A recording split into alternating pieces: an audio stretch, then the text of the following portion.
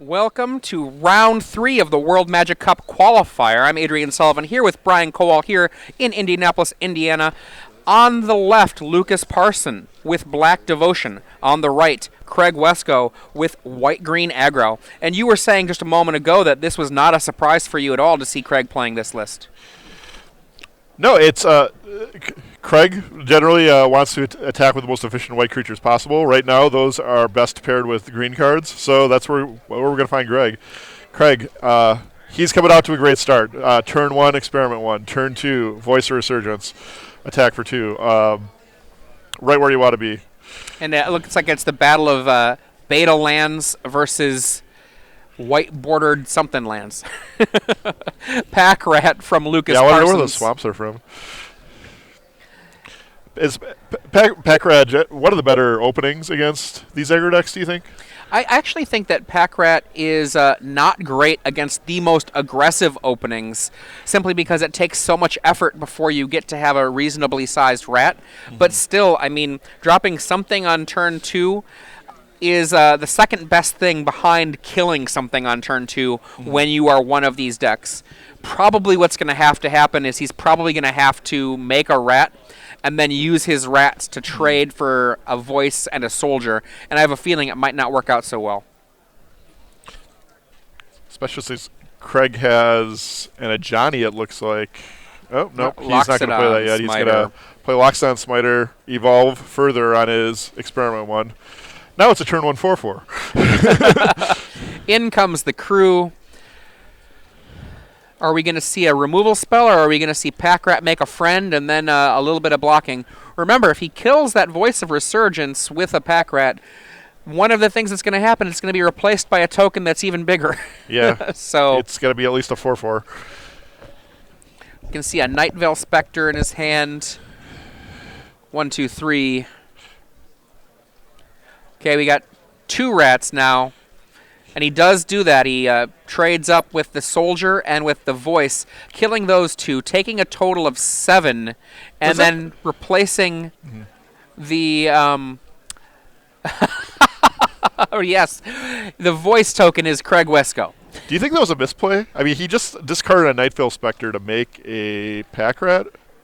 Like, he could have just played the Night Veil Spectre, right? And had a 2/3 held off and all of the 2-power creatures with his 2/3. I don't know. I mean, if he had the Night Veil Spectre in play instead of a Pack Rat, he could do the same blocks except for have a Night Veil Spectre left. Right. If Craig even attacked with everything, it might just be bad to do at that point. And then he can just like double block a Fleece Mane Lion, or really play into a trick. As for tricks, Craig Wescoe's list does not have very many. There are 2 Boon Satyrs and 4 Selesnya Charms as combat tricks, and 4 Advent of the Worm otherwise. Mm-hmm. And at this point, Lukas just sees the writing on the wall and is like, you know what? Yep. I just don't see an out on this one. Let's go to game 2. So that was what we call a rapid-fire game 1. Yep, pretty much exactly what Craig wanted to happen. Great curve-out game. Lots of pressure on Lukas. Lukas not having efficient answers. I think if the green-white deck actually curves out like that, I'm not sure the black deck can answer those draws effectively. I would have to agree. I mean, last year, my experience at the TCG Player Series and at the Star City Games Series playing red aggro, if you went 1-drop, 2-drop, and then had relevant stuff after that, the black decks, they just kind of fell behind too much. Their answers are, even the good answers are slow. Yeah. Hero's Downfall is a slow card compared to a 1-drop, 2-drop deck.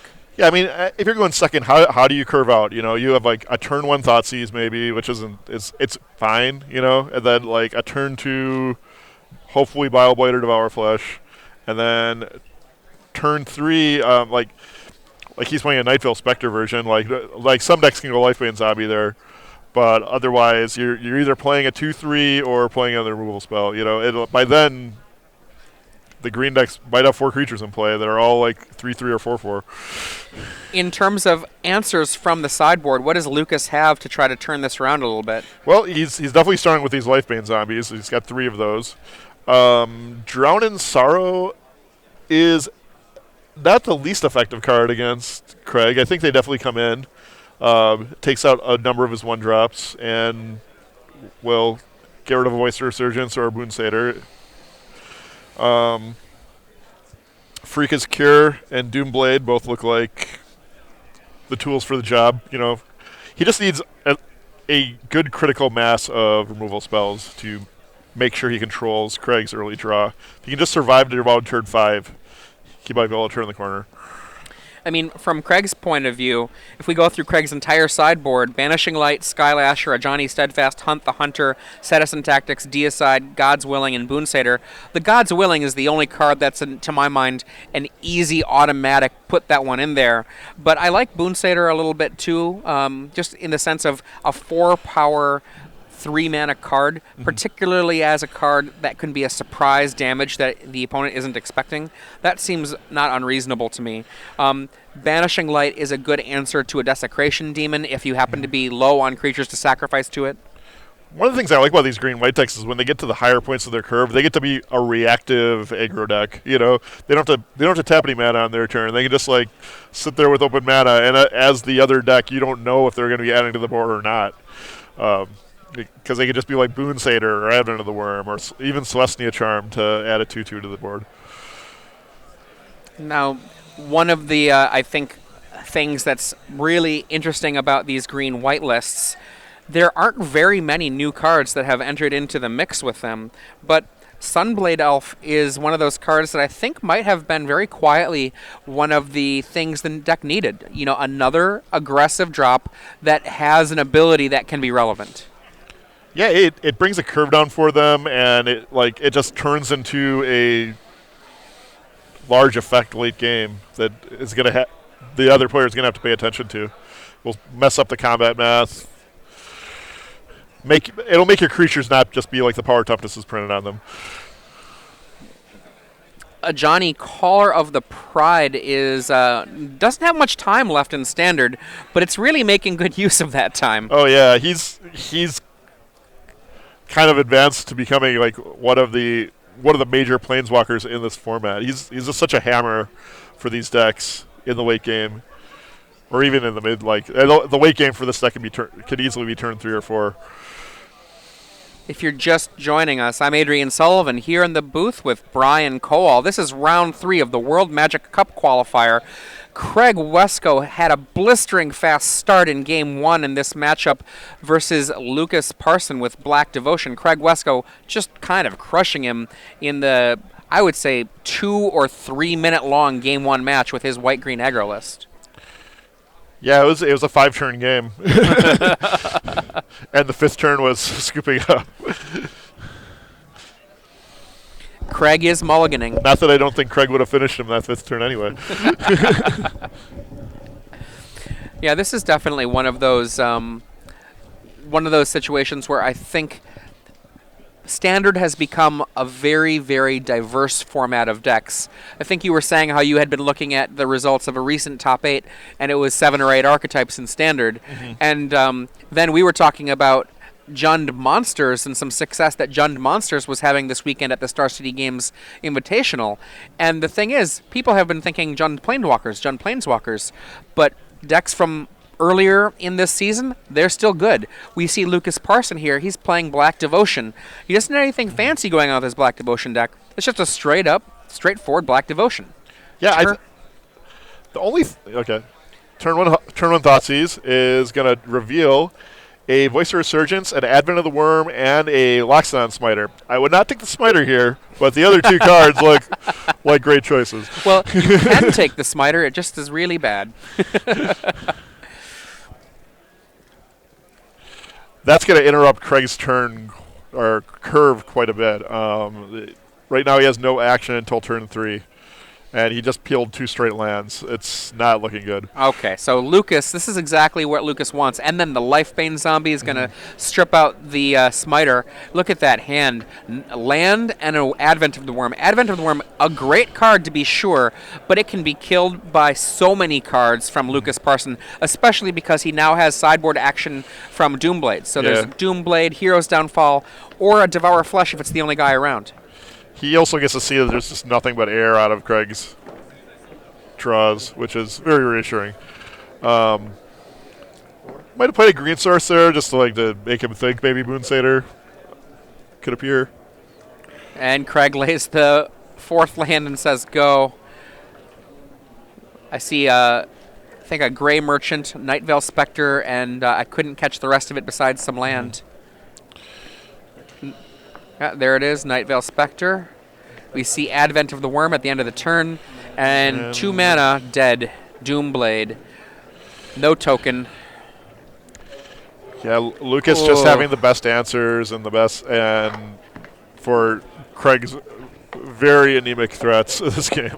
Now remember, Craig did mulligan this hand, and he mulliganed, I presume, into Voice, into Smiter. But it goodbye cards, goodbye Voice, goodbye Smiter, and then destroy the... Oh, there you go. Have a mana confluence.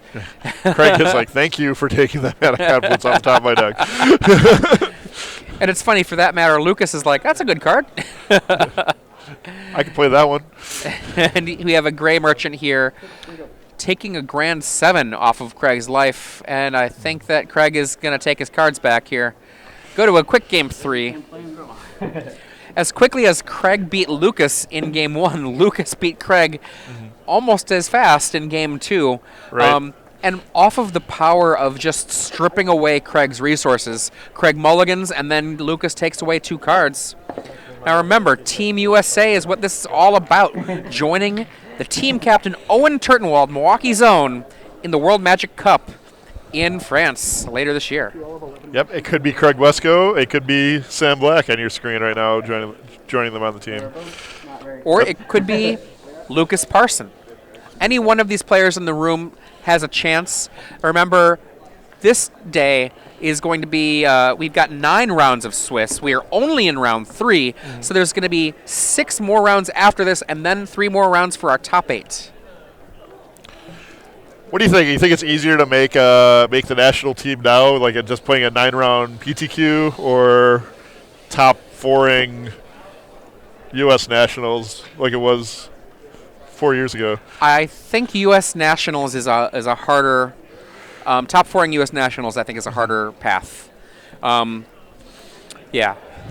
And I mean, one of the things we were talking before about how that old national system, how it kind of created some stars. That's how Sam Black really became a star, with his... It's true. That was one of his first big finishes. I mean, he had already won the car at the Magic Win a Car tournament. But that really, I think, was kind of more of an asterisk as compared to being on the U.S. national team with, I want to say, Paul Cheon and Louis Scott Vargas?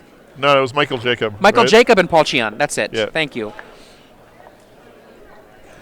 Mike took down that national championship that year, right? Yeah, Michael Jacob, the champion that year. Playing a very excellent red deck. Yeah, that was a great team.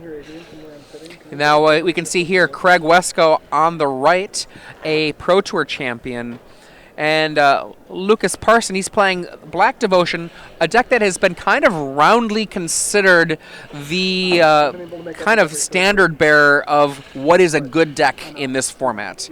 This is the one that basically people say when they're naming off the good decks, often it'll begin right here with Black Devotion. This version, 4 Nightveil Spectres in the main, his Lifebane Zombies come from the board. It's the second time we've seen that choice, actually. Yeah, it's becoming more popular.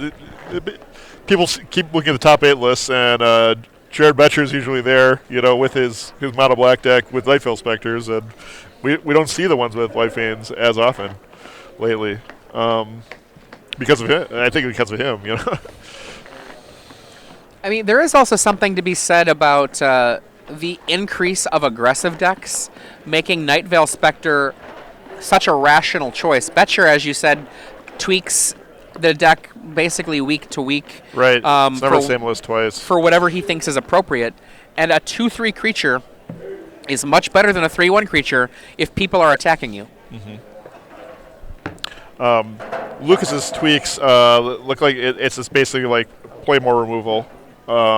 He is going with the full card draw, 4 Underworld Connections and 4 Nightveil Specters, and then rounding out with 11 removal spells. Calling it a day. It's pretty classic stuff. If we remember how Bile Blight was one of those cards that people had moved away from, he has not. He's got 3. He actually had 4 written down. It looks like he scratched that off and made it a 3, apparently at the last minute. Craig Wescoe will be on the play for this Game 3. It almost looks like he found out he had 61 cards. And we see the beginning with Sunblade Elf. Craig at 18. Sunblade Elf starts off as a 2/2 here. Thoughtseize, 18 it up. You can Four see Smiters, no. Banishing Light, Selesnya Charm, Voice of Resurgence, Mana Confluence, and Fleecemane Lion. Craig's got 2 great choices for a 2-drop, so the Thoughtseize isn't actually hitting him that hard here. I think Lukas has to take one of those 2-drops. Takes the Voice. I think that's quite reasonable. The Voice of Resurgence does represent 2 creatures ultimately. In for 2, knocks him to 16. Craig plays a Forest and the Lion. 5 power on the board, turn 2. Not That's bad. what you want. Not as good as Game 1, but actually it's less than Game 1, but he still attacked for a lot more. He's going to be attacking at turn 3. Turn 2, we need to. Lukas needs to see cards like Doomblade. There's one. Freaka's Cure. Whatever the case, removal is the name of the game. And he does it before Craig can untap. Very good, because who knows what kind of tricks Craig could have. These players don't have access to each other's deck lists, but he can assume cards like God's Willing are around. I mean, he just saw Craig's hand, so... Yeah, that's true. He did. So he already knew that there was no God's Willing there. But he also... Those things can appear, too. Right. Fleecemane Lion down on the table. Mana Confluence. Lion. So we know the Selesnya Charm still hanging out. Dead Craig's Lion. gonna BioBlade the Lion. And Land, Banishing Light, Selesnya Charm. Sunblade keeps working. In for 2.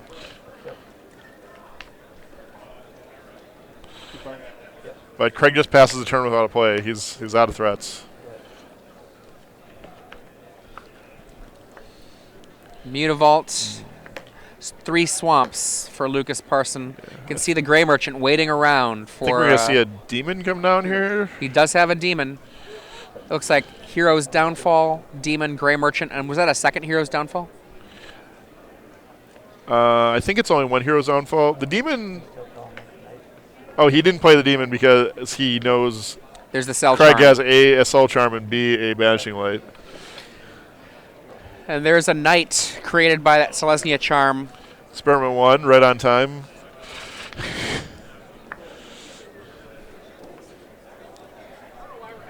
Yeah, the latter days Experiment 1 always feels bad.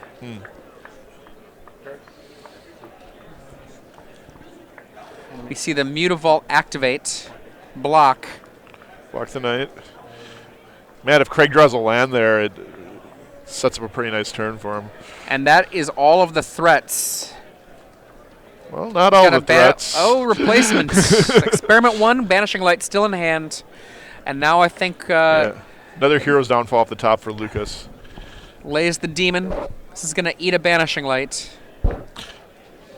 That's what David Banishing and Goliath Lights are made situation for. It's in the hole. Okay, take 1. Down to 11. Gray Merchant is a big roadblock here. Lukas up to 13. Going to pad the life a little bit. Craig needs something big. Craig needs a Smiter. He needs a Advent of the Worm. Yeah, Advent of the Worm, probably right where he wants to be.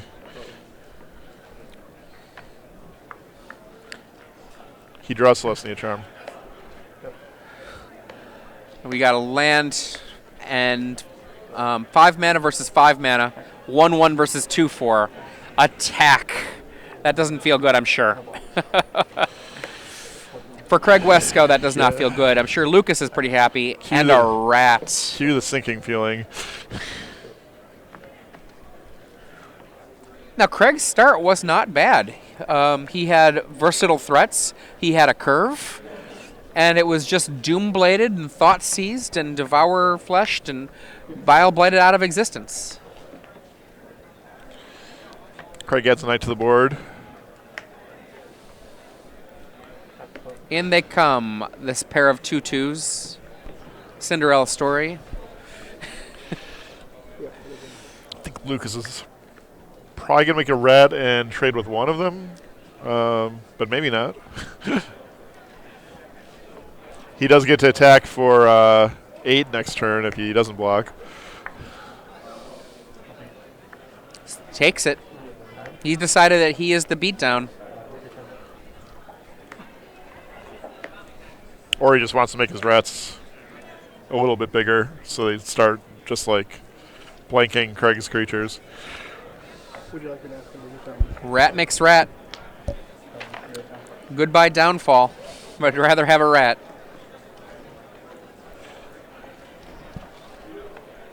That's a swamp. Or is it a rat? I think it's a rat.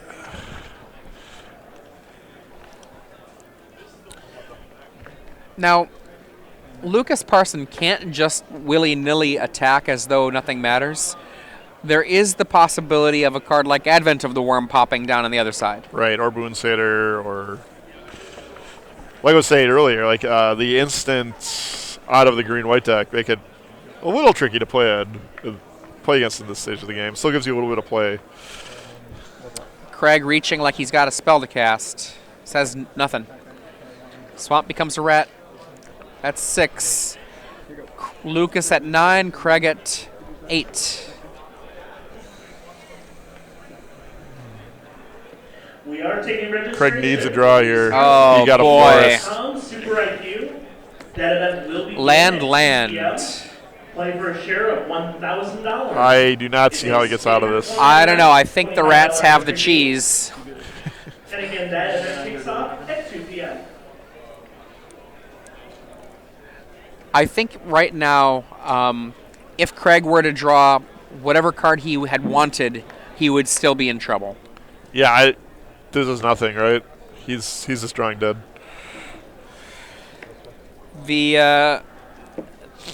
His list does not appear to have anything that could turn this around. So, the Walking Dead, as it were. No Elspeths to bail him. Right. Like, the best I can come up with is Craig attacks with the knight and has a Boon Satyr and is able to, kill one rat and then have a Boon Satyr after. Right. But we know it's just forests. Lukas just sends the team. No big deal. Yeah, he has to block. He has to block the rats, otherwise Lukas just make a rat and kill him.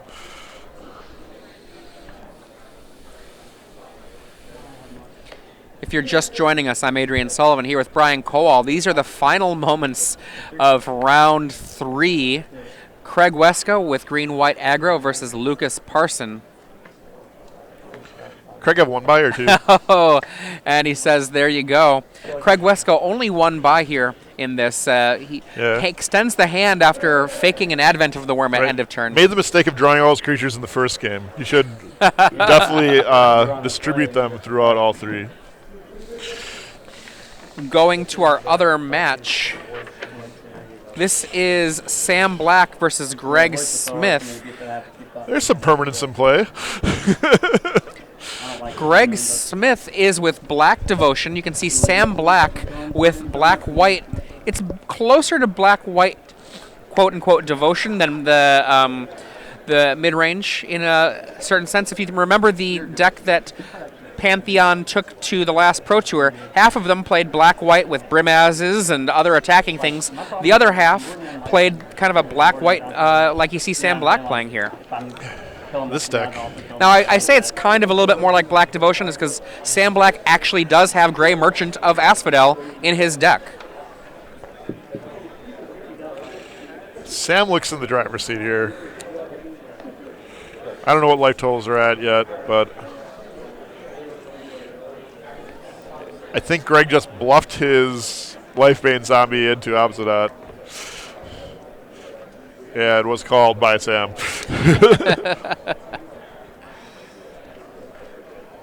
I mean, things look pretty dire for Greg. Making those plays, I think, are pretty much all you can do at that point, right? Just see if he says sure. I mean, the card he could have is Bioblight, and if I'm Sam Black here, I'm going to assume that's going to be pointed at soldiers if my opponent has that card. And not lose by Obsidat, okay. You know? So I think it was a great play on his part. We see Whip of Erebos. Whip, usually a huge powerhouse versus this kind of matchup because of the ability to gain life. However, you can see Erebos, God of the Dead, says no to that. Instead now, what the Whip is really capable of doing is supplying an endless supply of Obsidats should that Obsidat die. Yeah. And I can't quite make out Sam's graveyard, but anything that's in there will be fair game in the future. I think Sam just realized that his Whip isn't doing anything. Or how much does it cost to activate? Like 4, right? Yeah, so you can't activate it. I think you just kind of made a mistake here. I don't know enough about that. Playing it before combat. I don't know. Oh, is this before combat? Yeah. Tap that down. Attack with some friends. Yeah. He's not really out of the woods. Like, I think he can still lose to a Gray Merchant off the top. He's only at 11. And so here he doesn't want to take any damage. Here comes a ton of people. 7 soldiers.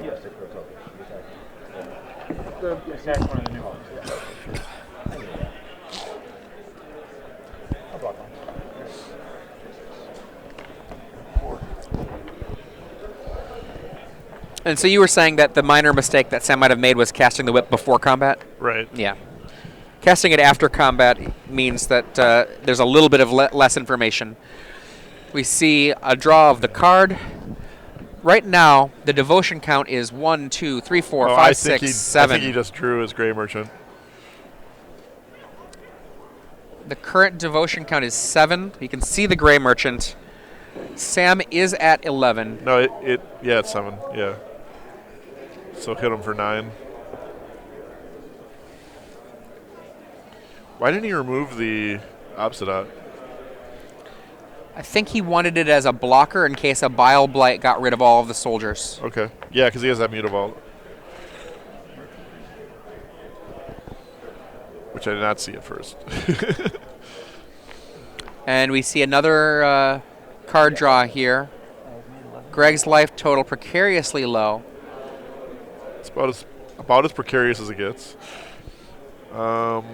This is Sam Black is up game 1.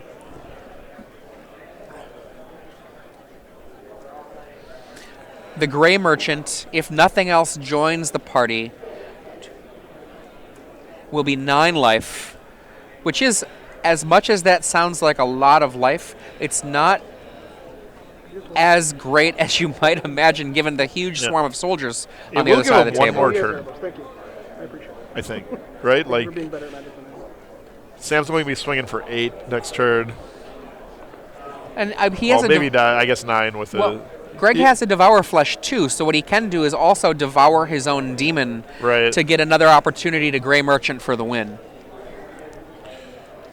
I still can't quite tell what's in the graveyard for Sam. I think there's a Pack Rat in the graveyard, but I'm not 100% certain of that. Yeah, so I guess you get attacked with 11 creatures.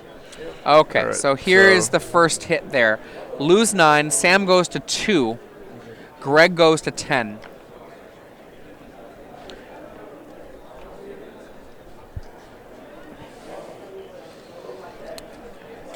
Land for the turn. Greg can attack with, if you include the Mutavault, you can attack with 3 things. Sam says, before that, let's tap your demon. Right. And then Erebos and Mutavault are potential attackers.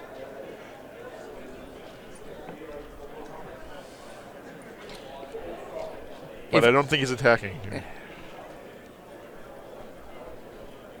Like, he just has to make this game go as long as he can, right? He's drawing to Gray Merchant, as far as I can tell. I mean, I guess a Nightveil Spectre would also possibly pull him through. Bile Blight, I believe, was the draw for Sam Black. Sam could bring back his Pack Rat and then make a Pack Rat. It's one option. Yeah, he does have the mana for that. 7 mana does mean that is absolutely possible. The nice thing for Greg is it looks like if Sam doesn't think about Devour Flesh, he might just go for a swing here to try to deplete his resources as much as possible.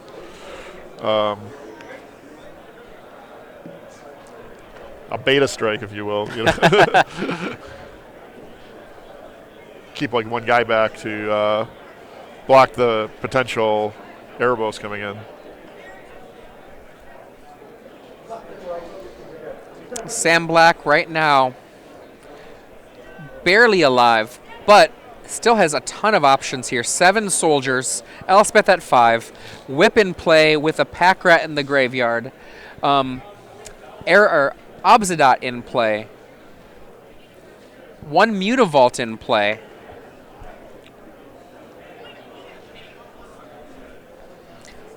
A Devour Flesh from Greg Smith will gain him 8 life, which is, I think, an insurmountable amount of life for Sam. I mean, he can only get through for 6, right? Or 7, probably 7. If Greg just blocks all the major creatures. And Greg Smith has Bile Blight in his main deck, so it's probable Sam saw it already and knows that it exists. So you saw him play the last couple of turns around the Bile Blight before so that a Bile Blight wouldn't kill him. It looks like this time he's saying, well, do you got it or do you got it? He's going for it.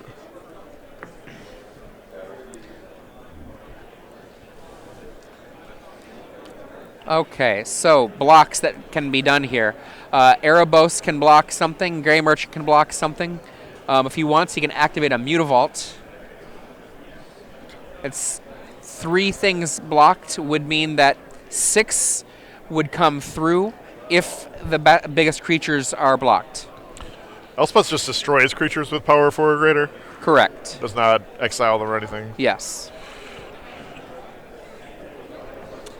So Greg Smith here, Devour Flesh hanging around. He activates the Mutavault. I think we're going to see a Mutavault on a soldier.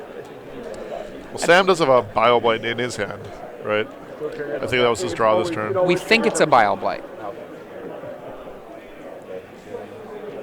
Okay, he's checking to see if he can block.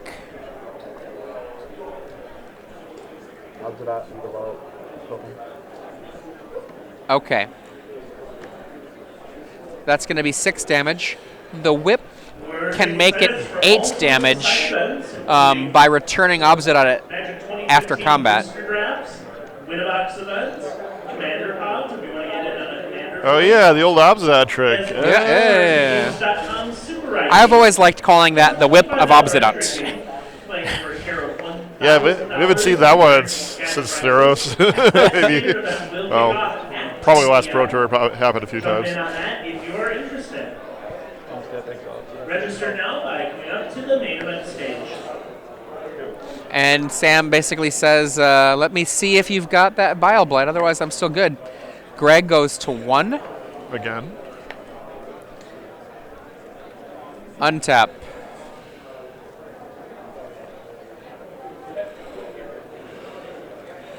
Oh, proper sequence here, probably attack you with my demon, make you sack a creature so I can get 9 life off of it with a Devour Flesh.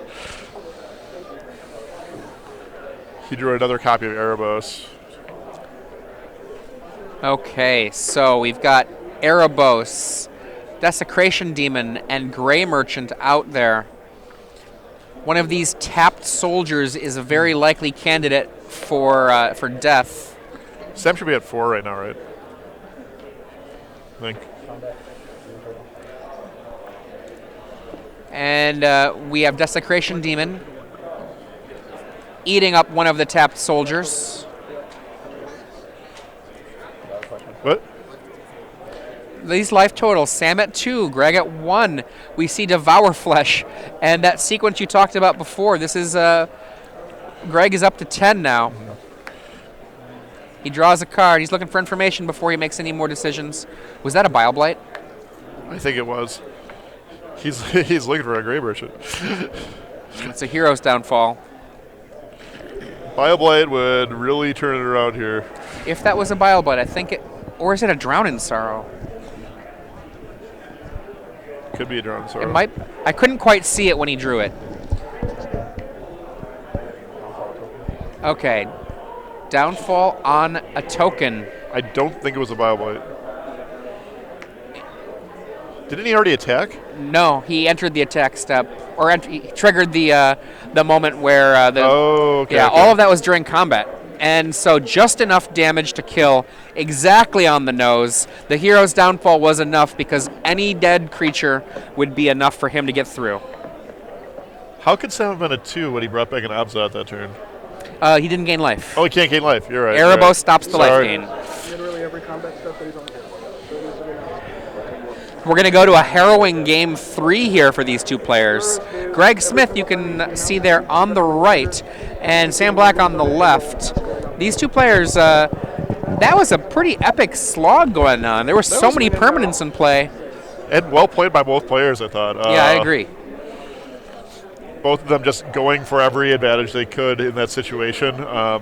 Greg trying to get deeper in his deck to get to that Bile Blight or get to that Gray Merchant, or just like at the same time try to run Sam's permanents down, so because he can still threaten that lethal attack, and Sam just squeezing every advantage he can out of his own deck. If you're just joining us, I'm Adrian Sullivan here with Brian Kowal. It's round 3. You can see that hashtag WMCQ. On Twitter, join the conversation. Use that hashtag, and we'll try to keep track of things that are said there and possibly answer some of your questions. I'm on Twitter at Adrian L. Sullivan, Brian at BCowal23. Upcoming events in the area. If you are a Chicagoland player, Pastimes is a place to play Magic. On the 6th of September, the TCG Player 5K, the Diamond Open. On the 20th and 21st, the Cons of Tarkir pre-release. The 27th of September, the TCG Gold event in Modern, so I know people like Larry Swayze out there, you're going to be happy. You should come out and play in it. And then on the 29th, MTG The League Season 2 begins. Check out the website, www.pastimes.net, for more information about these and all of the other events. Okay. Now, one of the things I see just checking in on Twitter a little bit, one of the players, Rob Montage, at Rob Montage, currently 3-0. One of the reasons I personally really, really like Twitter when it comes to these Magic events, not only can you be listening and watching our coverage, but you can also find out about any number of players, perhaps your friends who are playing in this event who are updating, or just start finding out about other people who are playing and maybe they've got an archetype that you like. Let's pretend that you are really, really into Burn, for example. You might find out how people playing Burn are doing by following that hashtag WMCQ. I highly recommend it. Yeah, Twitter is a great information resource. You see a couple of the Madison crew burning this Sam Black match in the background. Stephen Neal and Justin Cohen. And we are about to get Game 3 underway. Looking at these players' sideboards, we saw that Greg Smith had the 2 Erebos that he brought in. That card is just such a critical part of how these decks interact with each other. Beginning a Thoughtseize, we've got a Whip from Greg Smith, and then Devour Flesh, Desecration Demon, Duress, and Land. Yeah, life gain is such a critical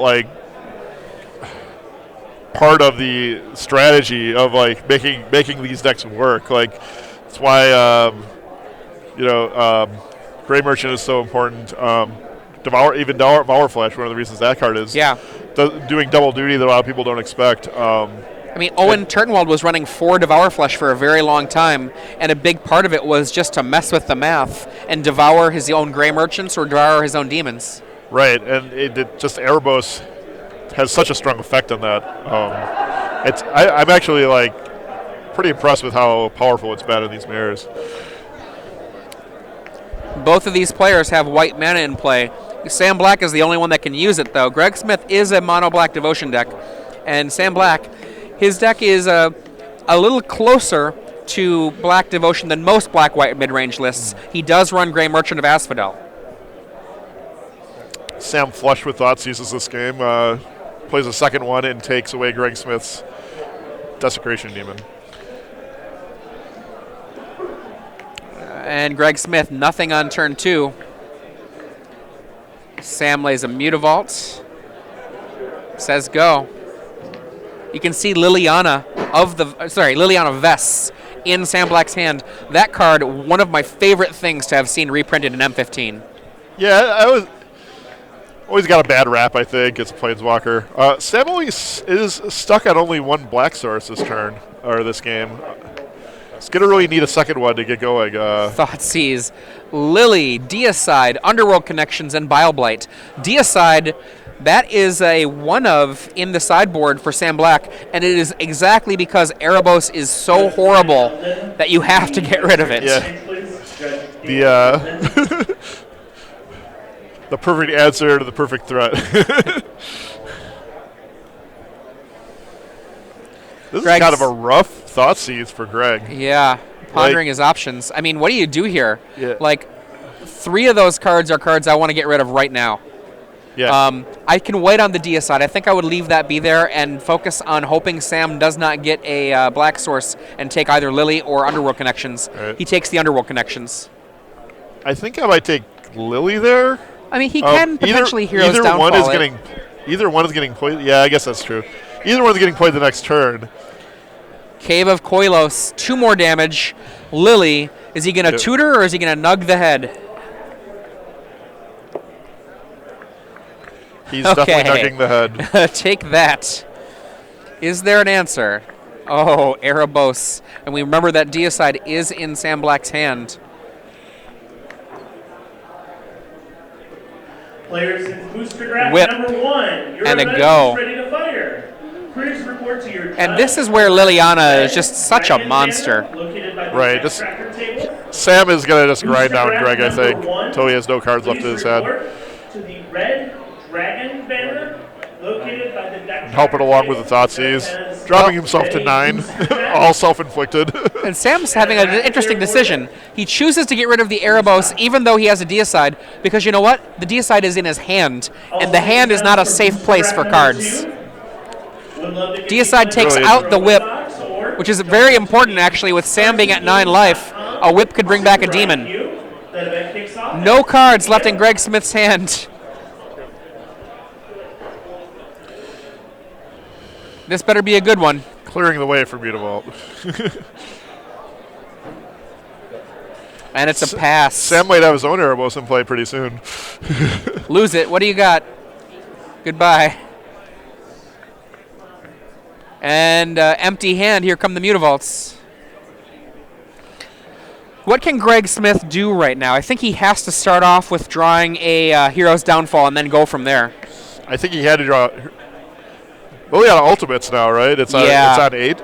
Its ultimate is at 8. That would mean he could get back, I believe, Erebos and Desecration Demon. And that's game. Remember, Greg had the choice between Underworld Connections and Lily. Is that an Obsidian? Let's take your cards. The other cool thing about Liliana is it makes your opponent play their hand every turn. Like if they can play a card, they play it. They can't. It's probably going away to Liliana this. I mean, what we saw there was really old school stuff. Disrupting Scepter, saying no options for you, no worries for me. In for 6. Greg Smith now out of options. And that is it. Sam Black now 3-0. Greg Smith 2-1.